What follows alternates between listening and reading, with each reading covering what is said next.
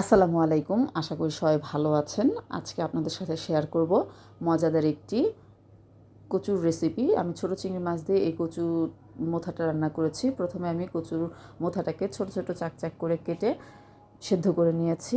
এরপর একটি কড়াইতে পরিমাণ মতন সয়াবিন তেল দিয়ে গরম হয়ে আসলে হাফ কাপ পেঁয়াজ কুচি হালকা ব্রাউন কালার করে ভেজে নিয়েছি। তারপর এর সাথে অ্যাড করেছি হাফ চা চামচ হলুদের গুঁড়ো, হাফ চা চামচ মরিচের গুঁড়ো, হাফ চা চামচ ধনিয়া গুঁড়ো ও স্বাদ মতো লবণ। মশলাগুলোকে আমি ভালো মতন কষিয়ে নিয়েছি। মশলা কষানো হয়ে গেলে আগে থেকে পরিষ্কার ও ধুয়ে রাখা ছোটো চিংড়ি মাছগুলোকে আমি দিয়ে দিয়েছি কষানোর জন্য। মশলার সাথে মাছগুলোকে আমি ভালো মতন কষিয়ে নিয়েছি। যখন কষানো হয়ে গেছে তখন আমি সেদ্ধ করে রাখা কচুর মোথাগুলোকে দিয়েছি কষানোর জন্য। ভালো করে কিছুক্ষণ কষিয়ে নিয়েছি। কচুরি মাথাগুলোকে আমি ফুটন্ত গরম পানিতে দিয়ে তারপর সেদ্ধ করে নিয়েছি 10 মিনিটের মতো। আমি ঢাকনা দিয়ে ঢেকে ভালো করে কষিয়ে নিয়েছি। কিছুক্ষণ পর পর ঢাকনা খুলে ভালো করে নেড়ে চেড়ে দিয়েছি যাতে পোড়া না লাগে।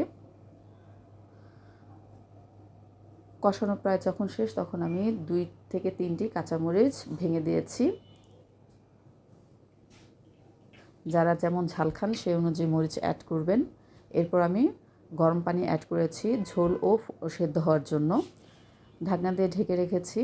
বলক আসলে ঢাকনাটা খুলে দিয়ে কিছুক্ষণ চুলায় রেখেছি সেদ্ধ হওয়ার জন্য। যখন সেদ্ধ হয়ে গেছে কচুটা তখন আমি পরিমাণ মতন ঝোল রেখে চুলা থেকে নামিয়ে নিয়েছি। সবাই ভালো থাকবেন। আল্লাহ হাফেজ।